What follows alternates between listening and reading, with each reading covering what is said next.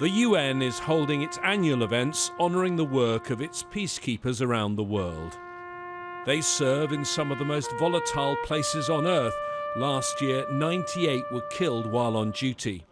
Increasingly, they also operate in a very difficult financial environment. Funds are tight, with some budgets being cut.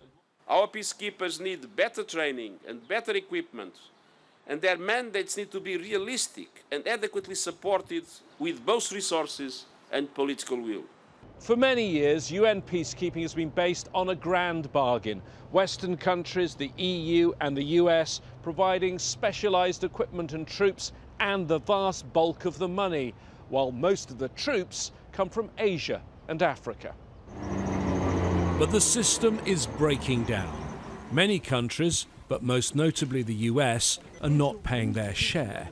UN peacekeeping is owed a staggering sum, over $1.9 billion. The countries providing the peacekeepers, countries like Pakistan, which has over 5,000 men and women serving around the world, are the ones currently having to pay most of the costs. So here we are, troop-contributing countries making sacrifices, losing lives in order to maintain international peace and security, and facing budgetary challenges. So I think we need to fix this. It needs to be fixed because this remains the most successful enterprise of the United Nations, and it should be adequately resourced. The US owes way more than any other country to UN peacekeeping.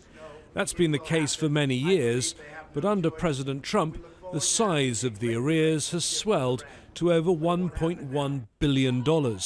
A former Obama administration official says it would make real sense to pay up now. It's a little confused on the United States side. The U.S. cares about peacekeeping. We see it's in our interest.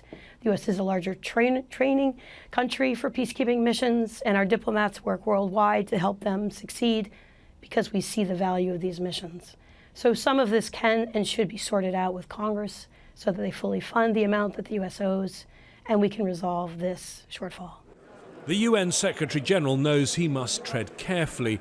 President Trump doesn't take kindly to demands for huge sums from international organisations, even though in this case it's money that everyone agrees the US owes.